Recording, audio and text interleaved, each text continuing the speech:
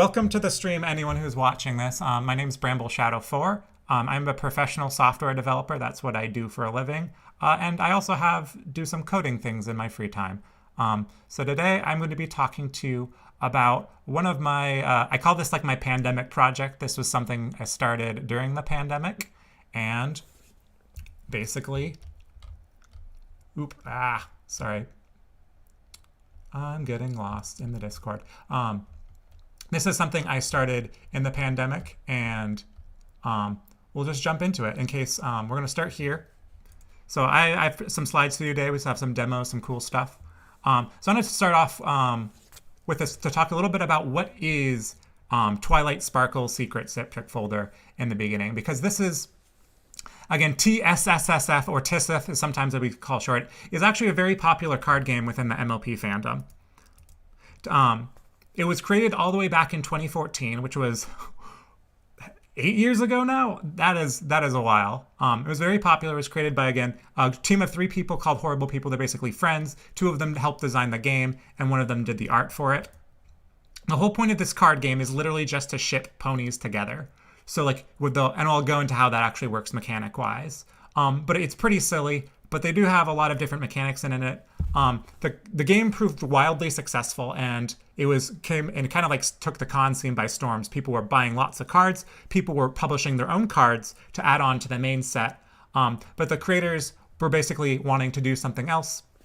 So they eventually stepped back from the business and decided that, hey, we're gonna not do this anymore, and they decided to close up shop, sell off their inventory and stuff. And the fandom again has been maintaining kind of the game ever since there. So, as a such from that, to give you an idea of like how popular this is, if you were actually ever get a chance to go through the cons and actually check out the con floor, you will definitely see this being played every once in a while. I was just told, I think, that YouTube's not receiving enough video to maintain smooth streaming. Hopefully that fixes itself, because I don't know what else to do. But anyways, here you can see, like, the first time I ever played it was at BronyCon 2017 on the floor of my bedroom with a friend I made at the con. And then if you were there at BronyCon 2019, this is like the so-called world's largest ship-fic grid ever made. And it was pretty, I have not seen a ship-fic grid larger than that one. And I think the people there were just setting up it, playing it for hours. I don't even know how many decks they had. It was pretty crazy. So yeah, to just kind of give you a basic rundown of the mechanics, how that works, you basically have 3 kinds of cards. You have pony cards, like Cult Leader Fluttershy, and then you have ship cards. And what you do is you have all these in your hand, and you'll play a ship card, and you play a pony card on the board, and you'll play a ship card to ship it to another pony card. So that's basically what a turn looks like. And depending on how you play your ship and pony cards, you can try to make various objectives to score points. So this point would be like hot for teacher, and the point would be to just to win this goal, you would have to ship a Twilight Sparkle card with a Celestia card. Obviously, we have Fluttershy and a Changeling, so it's not actually going to do anything. But if we did have those cards in play, it would be there. And a lot of the game ends up strategy-wise, it's pretty simple, like to just go in there. But there's a lot of different interesting mechanics which can help make the game be very interesting and very challenging from like a technical level as to how to like actually successfully strategize. So like every pony, there's like, as we see here, we have a list of all different complicated pony abilities and a lot of different ship abilities here. And those ship abilities combined with the pony abilities make for a lot of very interesting gameplay and a lot of different strategies which are not immediately inherent when you play the game. So I am naturally very interested. So I have spun up a local instance of the website right here, because I'm obviously very interested in shipfic.net, or I created this website. But just to kind of give you an idea of how the game works, just in case you've never seen it before, though I think you have, F-dots.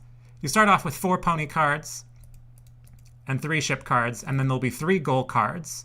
And then they'll have various abilities. So like, for instance, It's Not Creepy is you want to ship Twilight Sparkle with Shining Armor, you play 3 Earth ponies in 1 turn, or you ship 2 ponies with a Changeling keyword together. Now, I'm going to cheat, right? So I'm just going to I'm going to just keep drawing Earth ponies until I have plenty. And then so I would ship this Earth pony Dr. Hooves with the Philly Hood Crush to Mrs. Cake. And then I could ship Mrs. Cake with Smarty Pants.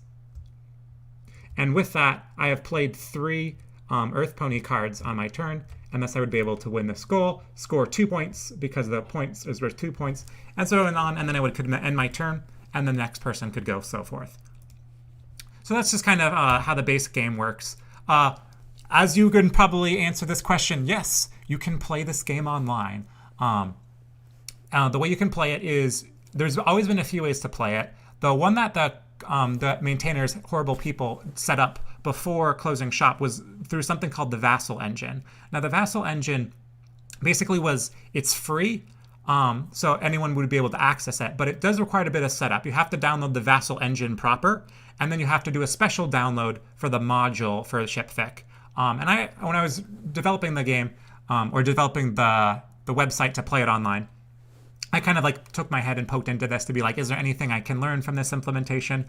For the most part, it looks kind of like this. There's like the large pink grid, and you can lay cards on it, which it works. You can actually play it, but it's not like the most pleasant user experience. I think if I were wanting to just play a game really quickly, this is kind of a bit of setup. Again, you have to download 2 different things and then try to find people and get it together. So not the most friendly thing in the world. Someone actually earlier in the fandom history, Urbana, actually created an entire desktop app for doing ShipFic. And this was also free, and it was a client download, so you could just download their executable file, you could run it, and then you could start playing ShipFic with people. The trick here is that there also had to be a server running. So like the web works because you run web servers, and then that's what serves web pages. So to run this, you would have to set up your own web server. And I don't know if any of you in the audience have ever set up a Minecraft server. It's not as easy as you would hope, especially if you're running not on like an actual web server. So what happens here is like you would have to download this special app and then the server app and then figure out all that hosting business to actually play successfully. And so it's pretty cool that someone did all of this and got it set up. And I know this person ran their ShipFic server for quite some time, but it is a bit no more. And again, if you want to actually play very quickly with friends, all of your friends have to download it. So what's actually been going on for kind of the last couple of years is that people have just been using Tabletop Simulator, which is a game you can buy on Steam for about $20 when it's not on sale. And then you can download the ShipFic cards right into the game and then play it directly. And only one person has to download the games in order to be shared. I think I might want to double check that. But that's what people have been doing because it's just the easiest thing to set up. Unfortunately, this is not free. Every person who wants to play it has to spend $20 to just get Tabletop Simulator. So like it's not very approachable. So that's when it came along at like kind of the start of, well, not really the start of the pandemic, but a good deal into the pandemic when I was realizing, hey, we're going to be online, we're going to be virtual for quite some time now. We should make a better way of playing ShipFic. We should just have a website where you can just click host game, right, and then send the link to your friends, and then boom, it's in. So that is what I endeavored to create, and as I can say, quite frankly, have created. We played a game earlier today, if you were online for that. So that's how ShipFic works, and that's how the site, I don't know, if you are a bit of a tech nerd, you might be interested in how it works. It's using a popular JavaScript framework called Node.js, specifically the Express.js framework on top, and all of that builds on top of a server technology known as WebSockets, which were introduced to the web standards quite a while back. If you know about JavaScript frameworks, you might be interested to know that I do not use a framework for any of this code, and that primarily is because when I was initially creating the whole website, I just wanted to get it out as fast as possible, and I didn't want to spend the time learning a new framework. I was like, we need ShipFic in the pandemic. So I basically just blazed through it as fast as I could without much of a framework. And so that's kind of why there's no framework. To this day, there's around 10,000 different lines of TypeScript that actually power everything on the website.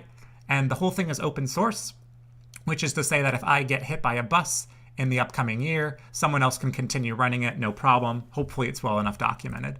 And this, like, it's actually been pretty popular with people. So like I kind of built in early on in October some ways of tracking just how many views there's been getting.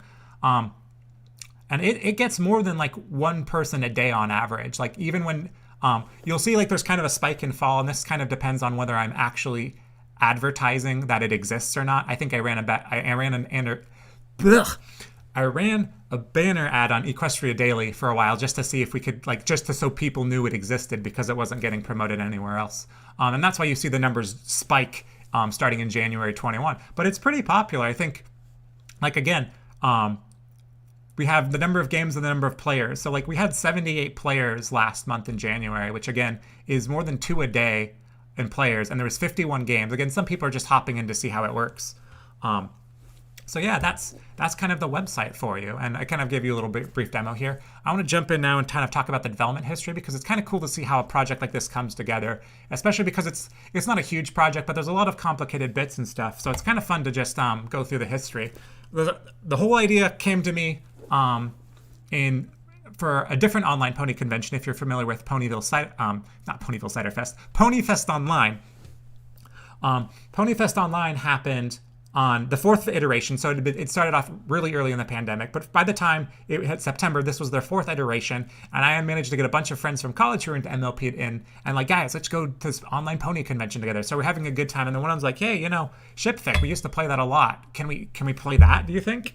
And that's when I looked into it. I'm like, well, we could, but it seems kind of hard to set up. There's no if you're familiar with another card game, Cards Against Equestria, there's just servers that you can just jump in to play that. There wasn't anything for that for Shipfix, so I'm like, there really isn't anything that's super easy, but I'm sure we could do something. And then I think the day after, I was like, yo, guys, I'm going to make this.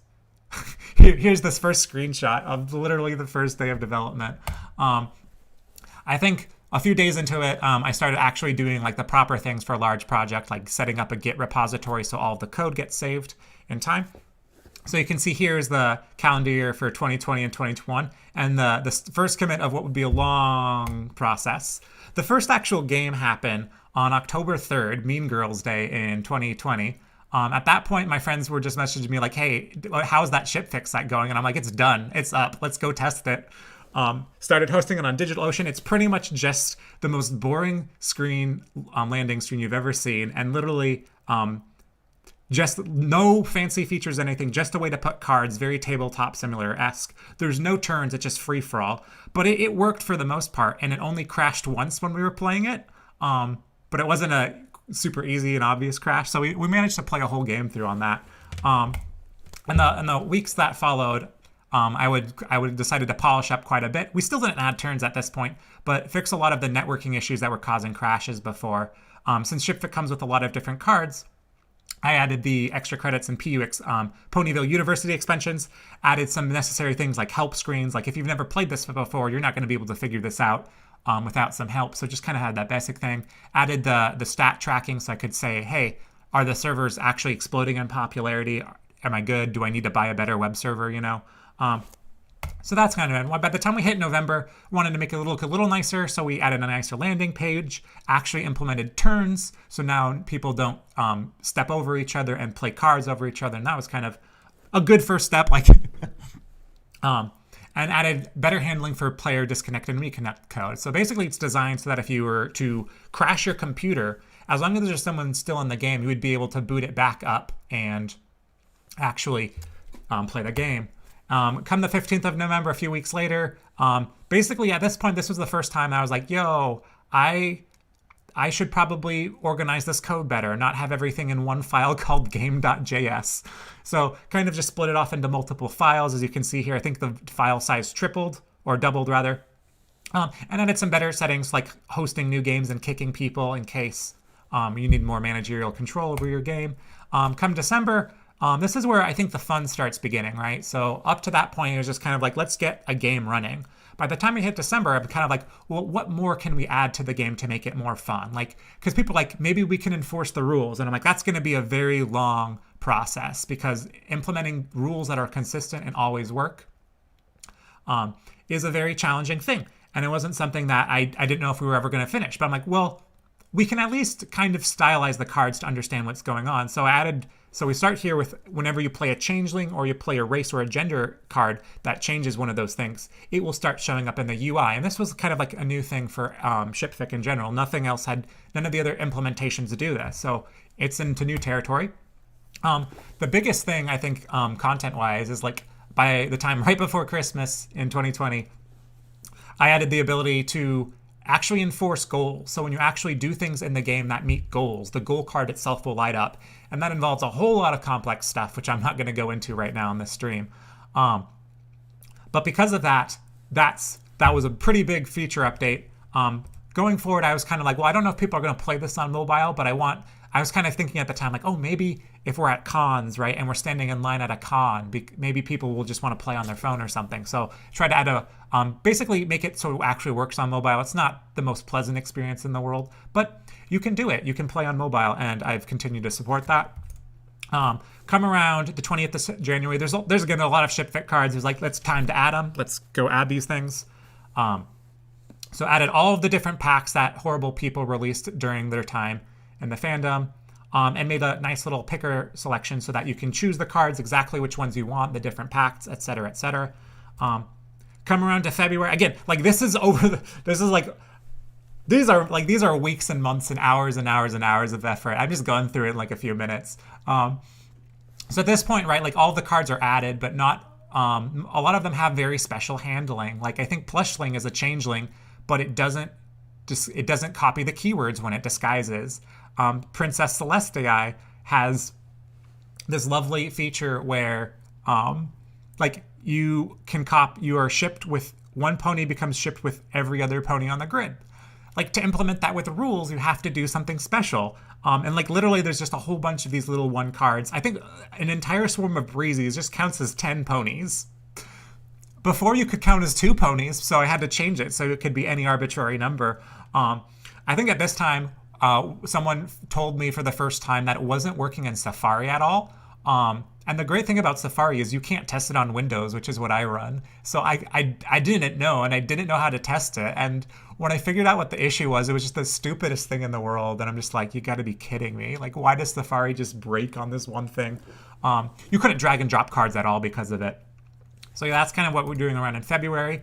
By the time we hit March, the code base had grown significant in size, and I'm like, yo, I'm maintaining this for a long time now. It's time to do myself a favor and get out of JavaScript land and actually use something with types.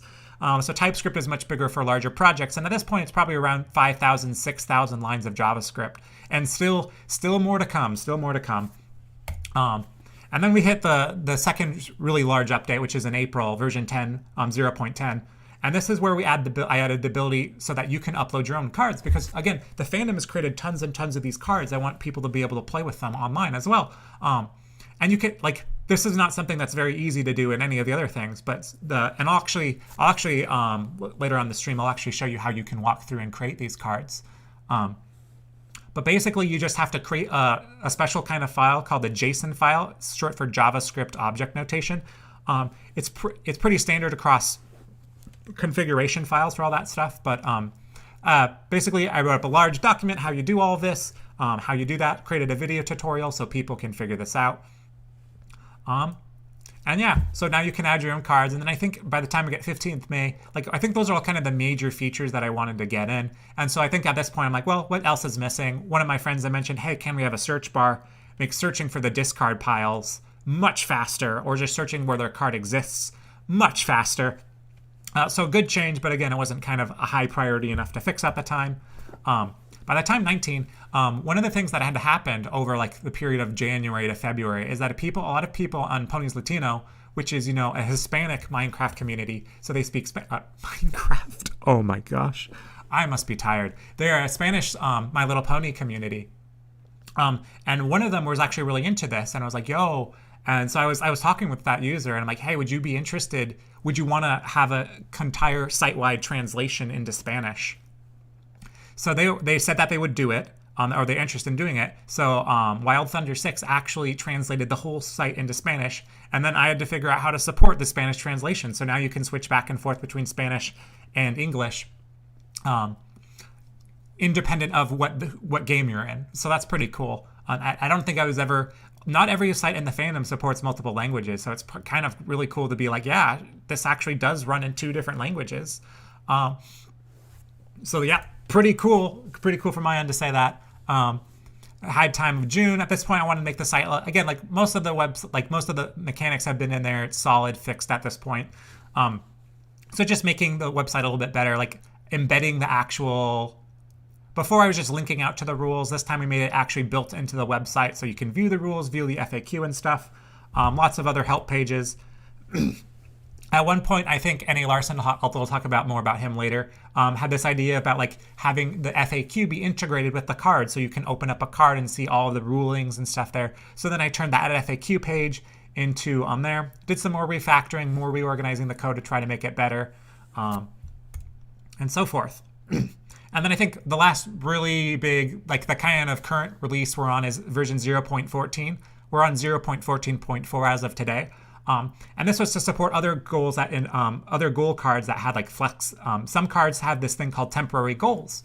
So again, you have to have a UI in order to have that. So, so we basically, so again, just kind of like, yep, rolled up my, coding sleeves and then basically, I don't even know what I'm saying. I can't talk. Talking to yourself for a while is pretty weird.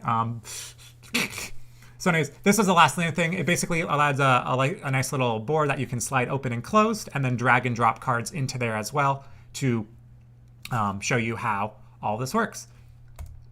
And then at that point, I kind of got distracted by other projects. So there hasn't been a major update since September. It's 5 months later. I guess I am sorry. I did try, I think in November, I wanted to start working on adding a tutorial so you could just push a tutorial button. That ends up being quite a large refactor because a lot of the way the code works is some things are on the server and some things are in the web browser. And trying to make it so you can do everything on just the web browser requires some code reorganizing. So there actually was, the current version actually came out a few days ago. But this is a very technical change. It's literally just adding something called Nginx or Nginx as kind of a front-end layer so that shipfic can run off of Nginx. And that way I can run other things on the same server because I'm actually started a different Pony-related coding project and it's going to live on the same server as that. And I think it is actually live right now, though it doesn't work, if you happen to know what that secret project is. So yeah, that is kind of the history of the project. I'm going to jump into like kind of just showing you how this works. If any of you have questions right now, now's a great chance to ask while I get a drink of some water. I know I've just been kind of going at it. And if you're new to the stream and you haven't been watching the whole time, you can chat in the YouTube. I'm monitoring the YouTube chat, and I'm also monitoring the main stage chat in the Ponies online Discord server. I'm not seeing too many people now. It looks like 2 people just joined. Welcome. We'll jump right into it. I'm going to check one of the other things just in case people are in that wrong channel. But yeah, if you have questions, I'm just kind of here. Yep, not really seeing anything. So again, if you have a question, feel free to ask in one of those places and I'll see it. Again, if you're watching on the Pony, I don't know if Ponies, the Ponytown server is streaming this or not, and I'm not going to check. But yeah, let's jump into the demo, shall we? So we're gonna go back. I am running this on a local instance. Obviously, this isn't the main website. The main website is TSSSF.net. Looks functionally identical, except I put in this Ponies Online thing here. Woo! So here's like kind of the main server. Kind of jumping in, when you click host game, you click host game to launch in.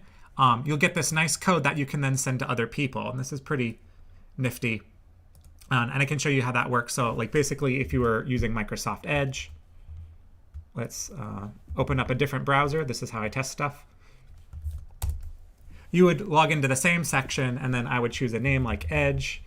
I always like to do Edgy, Foxy, because I use Firefox. And then, of course, here you have a lot of different options. So sandbox mode is kind of the original mode that everything is, so I'm not going to be showing that off. Most of the features are only enabled in Turns mode. You got your card selection screen. You can click and choose which cards you want. You can expand the cards, and you can look through all of them. Toggle off on and ards. There's different start cards you can use and choose though. Just a question from FDots. I don't know if a programming language is to ask questions, but it is really neat that it's working. Yeah, code is kind of like a magic. Like it feels like it's very complicated, but once you study it, it's just like it's always an impressive thing when things work well. Honestly, like the fact that anything in computers works, once you start diving into it, it's crazy. You have to be perfect in order to get stuff to work. And there's still bugs in here. They're just harder and harder to find these days. So I'm going to turn off, we'll turn off most of these. We'll keep on extra credits. There's lots of little cards here, and we'll turn on. So yeah, you can turn. There's a lot of different configuration. Here's where you add your own cards. When we start the game, boom. Keep in mind, if you're a new player and you haven't played before, it'll pop up this nice little pop-up with, again, all of the rules, the FAQ built in, the card reference, the full rule document, some quick rules to get started, and just quick start for how to do everything. This user, because this user's, here's the thing where you can add temporary goals and stuff.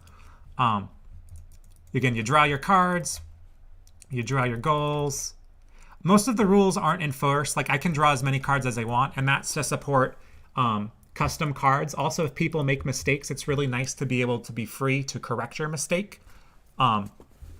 Whereas if you can't undo your mistakes, it gets very nifty, great. So like, and then you can try to do things like try to achieve the time travelers among us. Lots of the things have the search. So if you click here, we get the search. So if I try to get some time travelers, I can throw these onto the game until I get all of these. It's always fun to, if I pop edge, like, it's kind of fun. You can always see when I make a change on this one, you can see it update on the other one in real time. We got a nice little button to remove everything. That goes too hard. Let's do it's not exactly cheating, because all I need for that one's like a Twilight. We got a Twilight Sparkle here. We'll ship Twilight with Brayburn. And then this one with Brayburn. Boom. Activates goals. There's lots of other fun UI. So like if you have a Changeling, we can, when we push the Changeling, this Changeling can disguise as any Earth Pony. So then you'll get a picture of all the Earth Ponies currently in the game. And then you can pick one. We have the nice little effects. For ships, we have all sorts of things. Fancy stuff. So like if you do a race change on Twilight here, you can choose the pony. We pick Twilight. We make her an alicorn. All good fun. And that's kind of like the general UI. We can go back to new game. We can add more cards. There's a lot of crazy cards in this whole thing. So if you turn everything on, I can show you some of the worst ones. It's Edge's turn, so boom. I think some of the ones that are like, ooh gosh, oh gosh, this card can be used as a ship, so you can just play it as a ship, or you can play it as a pony. if I actually put, yeah, very cursed. It's like one of these weird things. Is there an undo turn button? No, because it's like, the thing about undoing turns is you have to draw cards, and when you draw cards, you learn something. And that way, it makes it very hard to undo your turn. Most of the time when we're playing, though, with other people, if you find we make a mistake, we'll just be like, okay, you can just, like if you accidentally draw too many cards, you can just be like, okay, just discard a few, etc., etc. Let's look at some of the other curse cards. I think I was mentioning select. What are other curse cards? Oh gosh. Oh, there's a great one. If I can remember where it is. Oh gosh. There's so many cards. Not all of them are. Do we even have all the decks? It doesn't look like we have all the. Oh, they're up here. That's why I can't find them. Oh yeah, there's a blue screen of death card. That's highly amusing. Oh, there's Princess Celestia. So if you do Alicorn Big Macintosh, so if you put him on the grid, everyone becomes princesses. Fantastic feature. I'm trying to find, oh yeah, Shia LaBuffalo, right? So if it's, normally when it's not your turn, so I'm going to end my turn, right? You can't move, right? So you can't move at all. But if you have Shia LaBuffalo, you can move. So if you do edge, right? So like, I'm going to play a card here, right? Boom, boom. And then over here, nope, you're not. And that's the only card you can do that with. Again, there's so many just literal weird things in here that it just like drives me crazy. Like I would spend so many hours just getting that one card working. But yeah, that's kind of how the game works. I want to demo making your own cards because I feel like this is a really fun thing that people don't necessarily know how to do. So if we jump back to here, quitting out of the game, you'll find on other resources, you'll find there's a nice, lovely website here where you can make your own cards. It's the online card creator here. So if you want to make your own cards, someone else made this long before I came around, and you can literally upload your art from one of these websites and then change all the symbols, change all of that. And so I'm not going to do this right here because this takes some time, and then you have to upload it somewhere. You can actually upload on Discord. So what I've actually done is I've just this is a card I commissioned an artist for previously, but I've never actually made it. So when you go to create your own cards, like if we're here, we're gonna just click host game. This is probably the easiest way. You'll find the add your own cards button, and there's like a tutorial right here that'll walk you through all the steps. The easiest thing to do is copy and paste the code. So I'm gonna paste this into this program I'm using is called Sublime Text. It's a free indefinite trial program. I have a legal copy because I'm a programmer and I use it all the time. But it's free for people to use and try out indefinitely. If you don't like that, you can also use something called Notepad++. All of them do the same thing. And you're going to save this as cards.json. And then it'll give you some nice little highlighting stuff here. So then we're going to implement a pony card. So we're going to get rid of the pony and ship cards. And again, it's usually almost always easiest to just copy off an existing card. So if I go back here, and this will walk you through it. Basically, the cards are implemented as these little things. So I'm going to copy the sample code for Broken Wing Rainbow Dash right in here. And basically how it works is once you get this idea of the nested levels, so we have, first of all, we should give this a name. So this will be Ponies Online. The Ponies Online pack. And then if you're going to have a lot of different packs, you want to give them a unique name. So you can do that by putting your author name in. So I'm Bramble Shadow, and this will be the Ponies Online pack. And that way, if we have another Broken Rainbow Dash in a different set, it won't come in conflict if you upload it. So URL, as you can expect, is kind of like the URL you would expect to put in the card. So I'm going to copy in my bitrate image that I had made earlier. We're going to name it bitrate. This doesn't actually matter too much. This name here actually matters. This is the name of the character. So the character's name is bitrate. The race of bitrate, she is an earth pony. So we'll do earth. Gender is female. She's not a replace card, so I'm going to remove this action replace. That's a way you can implement all sorts of extra fancy features. Keywords, she is an OC character, original, and she is also a mascot. And when you do everything just right like that, we can come back over here to our game, and then we can click Browse, and then we can upload our cards. We have the Ponies Online pack, and we can pick our bitrate card and actually play with it. And what's cool about it is like all the little features there, it will work as expected. So let me just jump into a game real quick. Type out my full name because that's really efficient time-wise. And when you do so, you'll actually get this very nice, you'll get a pop-up that says, hey, custom cards are in use. And this is a very important feature because you can't always trust what people's good tastes are in uploading art. So you want to make sure you know that, hey, there's stuff in here that you might see or not want to see. But then, yeah, bitrate appears here just like any other card. If you wanna appreciate the card I made, we can open it up right here. This is a fun little card I made kind of to promote the site. And if you're playing Secret Shipfoldic Online, you're going to draw 2 cards from the Shipper Pony decks. Otherwise, it's just 1. So yeah, and so some cards will give you... Oh, I don't have them in here. Let's just create a new game, I think. Boom. Oh, we did add extra credit cards, right? So there's cards and extra credits that let you add keywords. So if you search for like a keyword change card, and we pick up, oh yeah, they're all keyword changes. You'll notice I can add the mascot keyword, which I misspelled with 2 C's. That's how you know it's legit. The mascot feature. What am I thinking? But that's in general how you add them.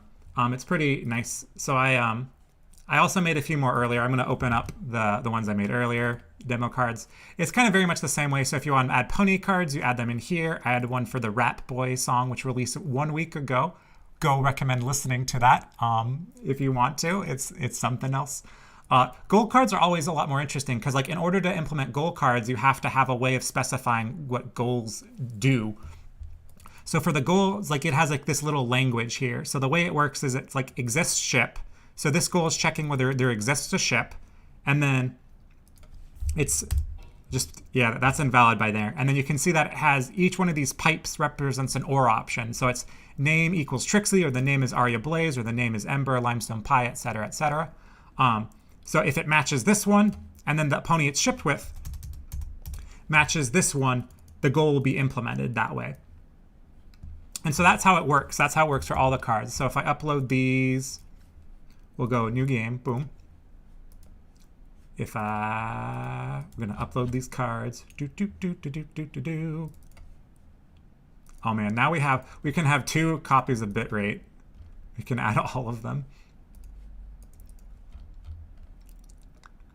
So if we draw the goal, it's really fun to test this out, right?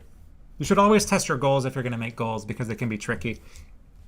So we can get this goal if we ship Arya Blaze, Rainbow Dash, or Sugarcoat, or Trixie, right? So if we get, let's find a Trixie. Let's find a Rainbow Dash. Let's get 2 Rainbow Dashes because it should work for both of them, right? Yep, so if we ship Rainbow Dash with Rainbow Dash, the goal lights up, very nice. Ship it with her with Trixie, goal lights up, very nice there. So that's how you can add your own cards. And if you ever want to do this and you're having trouble with it, just reach out to me. I try to make it as easy as possible, but if you're not super technical or not, it might be a little thing. But I want it to be as easy as possible, and that was the easiest way I think to make it, while also allowing the full feature set. So like if we if you're really curious and just really want to dig into the weeds, we have a whole document right here about how to do everything, along with the entirety of, like, for instance, if you want to see how all of the codes work. So if you ever want to open up the actual cards in the game, this is how it works for core, and it's very much the same sort of syntax with all of the same properties and such to get it to work.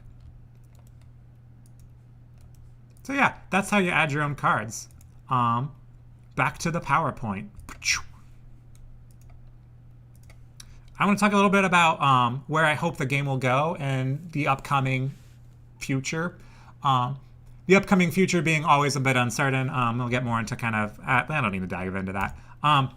One thing I think would make it be very useful. Oh, and as always, if any of you are watching, you are happy to drop questions in the YouTube stream, or I am also watching main stage chat on the Discord. So if you have questions, I'm not really seeing any, you can always post them there, and I will get back to you. But for the most part, the next thing I think would be really helpful, and this is after talking to people and some time.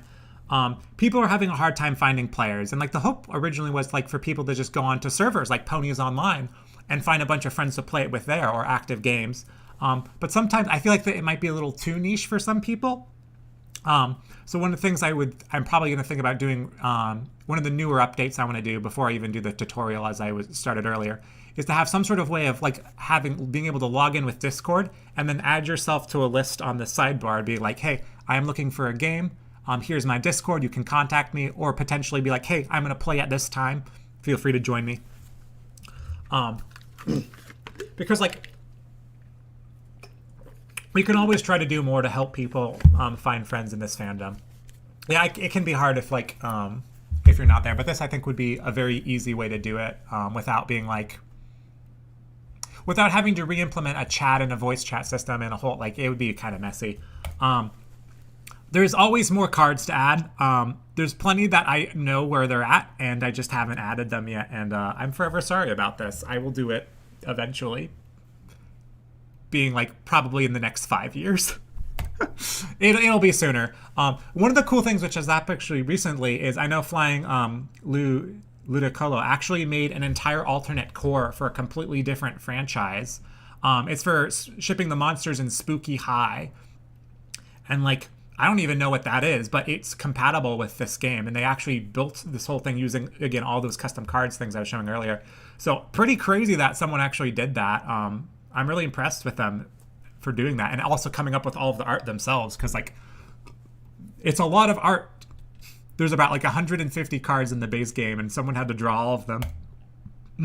I think it also could be easier to have like a better database of cards. Like right now, the only way it gets built onto the actual list is for me to hard code it into the website and then upload all of the cards onto GitHub, and then that can make it messy for maintenance. Like if I ever want to do it or want to remove stuff, it's there. What would be nicer is if we could have like it more decentralized, so that way like maybe this pack is hosted somewhere there so someone else can maintain it, whereas I can maintain the core, whatever. That would be kind of nice and neat, and maybe I'll get around to that. I joke about when is version 1.0 coming out. I think I said I will change it from beta to 1.0 once the whole core deck has all of its rules fully supported. We're not going to carry about the other decks because that would be too complicated, too much of a pain in the butt. But for core, perhaps someday we will have all of the rules be fully functional. But again, it also is tricky because you want to let people undo, and letting people do that in a way that's not obtrusive. Like, enforce the rules, but also let you unenforce the rules when you make a mistake. It's kind of a tricky problem. In terms of like long-term maintenance, I'm still in the fandom after all of these years. I'm probably going to keep the site running for forever. It costs me $5 a month. And again, I'm a professional software dev. I make plenty of money because my profession pays very well. I can run this site for forever. So I'm going to do so. There's no reason. I don't even have to set up a Patreon because again, 5 months is not bad. And like in terms of like future development, I've been getting distracted by other projects. I think I joked earlier, you can actually see when I started getting into Dustcar, which is a music fandom, a sub fandom with like, I don't know if it's a sub fandom. It's a group of musicians within this fandom. But when I started actually getting actively involved with that, you can literally see my commits just completely drop on this project because like I started spending my time doing that. And I actually started a new coding project in the recent months, which you can see the commits for there, and that's almost done to getting to the launch point, maybe a day or two more. So that's kind of where I'm at with like kind of the development. Not saying that no new development won't happen. There's some bugs. I want the Discord thing to be there. I think that'd be really good. But yeah. So that's kind of where we're at there. I'll pause again for some questions if anyone's on the stream. I'm not seeing any questions, so I'm not expecting much, but hey, if you want to ask me questions, I'm here. I'm here now. But then we can jump into kind of like the next segment, which is about talking a little bit about more the rules, how the rules shape a lot of this website. Because one thing which is interesting about games, right, is if you're playing a game and you don't know the rules, no one can force them on you. But if you're playing a game that's been implemented, you have to know the rules better than anything else under the sun, because you will find all of the edge cases and your edge cases will crash the game entirely. So yeah, let's jump into some of these rules, which are just kind of crazy. I see a comment from you, F Dots. I hope to play the game more, so I appreciate that you select supporting the game. Yeah, one thing I will say is, like, I am kind of a busy person, so like, if someone's like, hey, can you play a game right now? I usually can't just drop everything to do that, but if you let me know a few days in advance, hey, I'd love to play this game, are you available in the next couple of days? I can almost certainly try to find a time to do that. So if you ever want to reach out, you can reach out to me, FDots. I'll talk more about the people on this server, but a lot of the people, this server is actually, Ponies Online is actually one of the, like, the Discord that I know plays this game the most. Like, I think the con chair, Alex, he basically plays every week with a group of people, and I join them from time to time. I used to join them a lot more when it was under development and it was getting a lot of traffic, and I wanted to make sure it was working. So yeah, if you're ever searching for people, you will find people. You just have to ask usually, because I'm not actively being like, guys, do you want to play Shipfic with me? Because I have played who knows how many hours of it at this point, and I will play who knows how many hours of it in the future. And I'll also play it at cons if you ever run into me there, albeit the website doesn't matter too much because I'll have a deck on me. But back to the rules. Having been the only person who's ever had to implement goal logic for this game, I'm like the expert on what I think the rules are. People will disagree with me on some of these calls. The rules how they're shipped with the game are in this 19-page Google Doc, which hasn't been updated in years. It's out of date. And to make matters worse, there's also a 22-page FAQ with half of the things the rules didn't cover. And it's I did not know this FAQ existed until after I made this game, and I'm just like, oh, after I implemented it. I didn't make the game. That's horrible, people. I got linked by people in the community like, hey, have you read this FAQ? And I'm like, no. Oh dear. Is this how it works? Let's talk about like some of these really ambiguous problems in the game, right? Let's start one, gender, right? You have cards that say any pony is shipped with an opposite gendered version of themselves. That makes sense for cards like that are female or male, right? Because that's like, okay, the opposite of male is female, and the opposite of female is male. But there's more cards than male and female, both in real world and in this ShipFit game, right? So you have the Wonderbolts, which counts as both simultaneously. That is what it says. And you also have Changelings, which don't have genders at all until they disguise as someone. So it's like, if you think about the game as kind of, these are old slides, dang, here we go. Need to delete that slide. So if you think about kind of like if you have two Rainbow Dash cards, Rainbow Dash 1 and Rainbow Dash 2, it'll count for that gold if, one of them is female and one of them is male, and vice versa. Those are the total combinations, and you can make a nice grid of them there. But what do you do with the other ones? Because the rules aren't that clear. And if you think about it from like a mathematical standpoint, right? Like, what is the opposite of both genders, right? Like, well, if you think about it, as like a set, right? If you want to combine the two sets to get the main one, you want to do so in such a way so that each set has none of the same items. So you would think that no gender would be the opposite of both genders, right? So like, oh, maybe you ship it there. The FAQ document is like, actually, if you use a gender swap card on these cards, nothing happens, which implies that that's definitely not the case.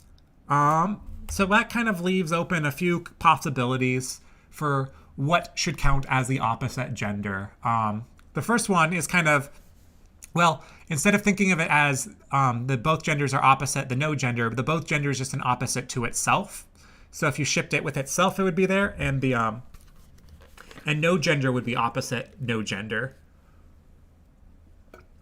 And that kind of makes sense. One thing which I know in talking to people about it, some people think of it as less of an opposite and more of, well, you just need to have one pony that's male and one pony that's female, and they both have the same name. In which case the table looks like that. And that's one way of thinking about it, but I tend to favor this last way.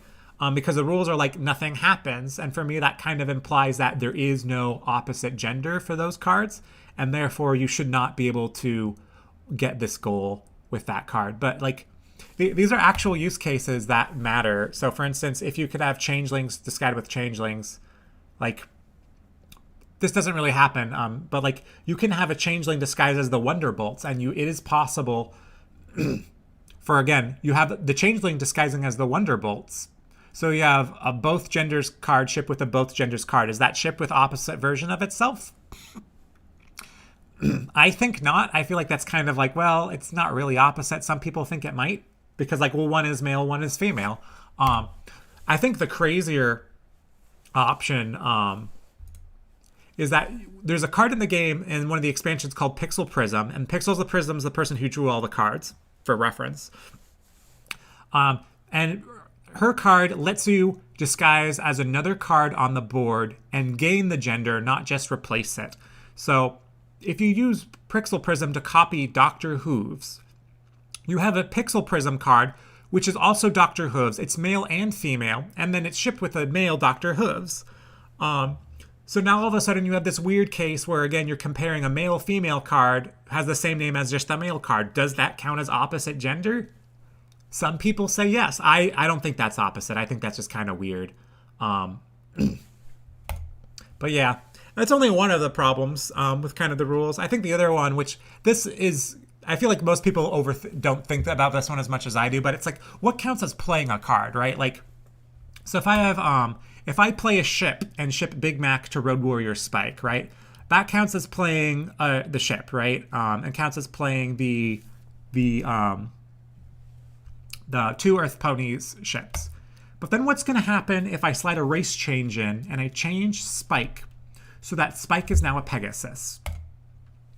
Does it count as me playing Spike as an Earth Pony, or does it count as me playing Spike as a Pegasi? Because there are goals which depend on this. There are goals which depend on you making one decision or another.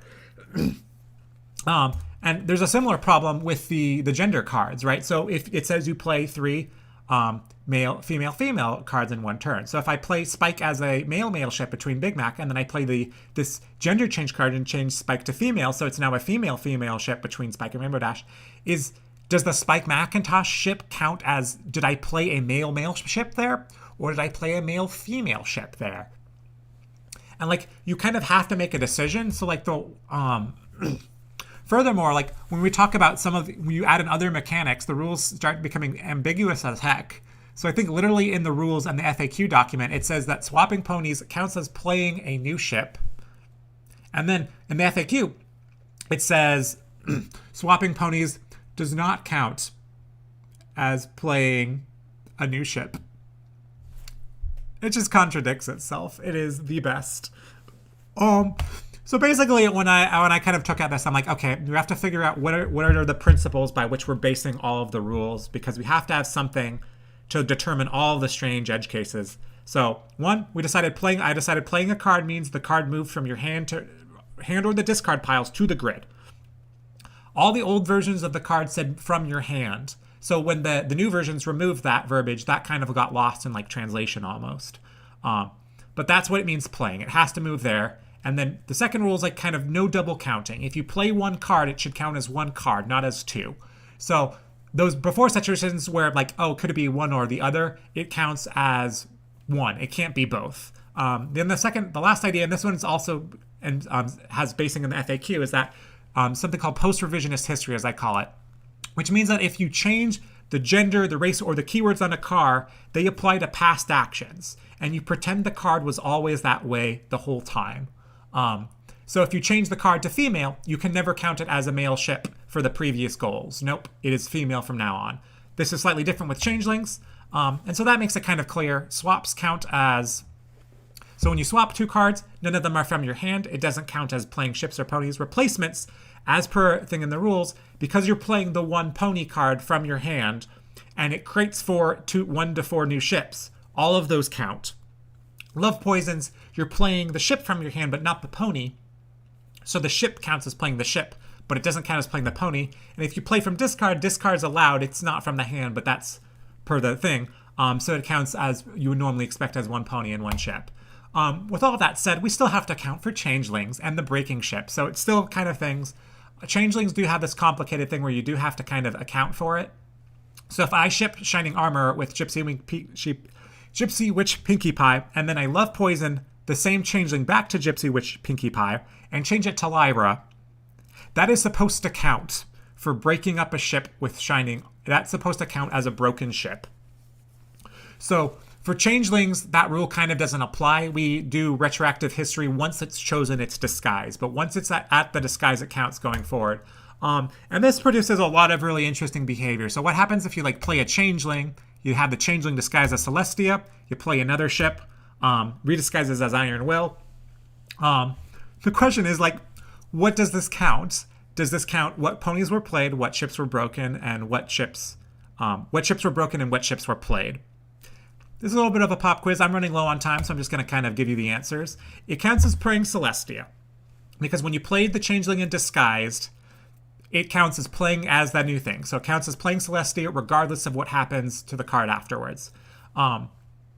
Likewise, because it was between Celestia and Twilight, it counts as playing a Twilight Celestia ship. However, when you play the new ship between Bloomberg and Iron Will, that counts as between only the new state. So it counts as an Iron Will Bloomberg ship. But the act of doing that does break up the previous ship because the card changed contexts. So it does count as breaking up a Twilight and Celestia ship. Very confusing. I think the most hilarious thing is if you look at all the intermediary steps, there's a step in there before you redisguise the card where the state, it technically counts as playing the Bloomberg Celestia ship. But as soon as you redisguise, you actually delete that piece of history, which is kind of crazy. Anyways, I am running low on time, so I'm going to kind of just jump out to my shout outs at the end of the presentation. We're going to do this, and we're going to not break this wrong thing.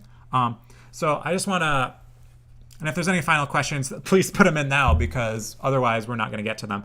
I want to shout out to the people who, again, I originally played Shipfic with people in the fandom with actual cards. So shout out to everyone who's ever played this with me virtually, also online.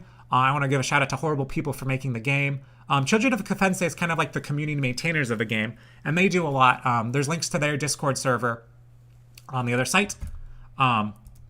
I also want to give a shout out to Wild Thunder and Mysterious Sinus, who work together on the translation. And I want to give a big shout out to Ponies Online, because Ponies Online, Alex Wolf, Yev, and Hokai, and a bunch of other people who have popped in, have all played this game pretty much regularly since it was released to the public. They've provided a lot of useful feedback and stuff for the game, and it's grown much better. And Yev found an obscure bug the other week, and I'm going to have to fix it at some point, because I'm like, I guess that's wrong, yeah.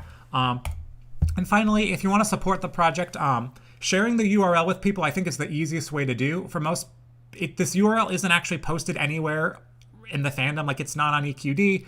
It's kind of hidden. So like, if you just share with other people, that's really quite a lot. If you play the game, you're sharing it with other people, and that makes me feel good to see it's actually used. You can make new cards, and if you share them with people online, it'll get permission. It'll get people excited about the game again. Support artists who make new cards. Baja's up next, and Baja's actually done art for some of these cards, so go support Baja. They're awesome. And if you're really into it, you can translate the game to other things. But that's, of course, a complicated thing, and only if you really feel like you need a thing. And with that, I'm going to end the stream, because, again, we are at time, and I want to thank anyone who comes to watching out here at Ponies Online today, and anyone else who will watch this ridiculously long presentation in the future. Have a good day, everyone.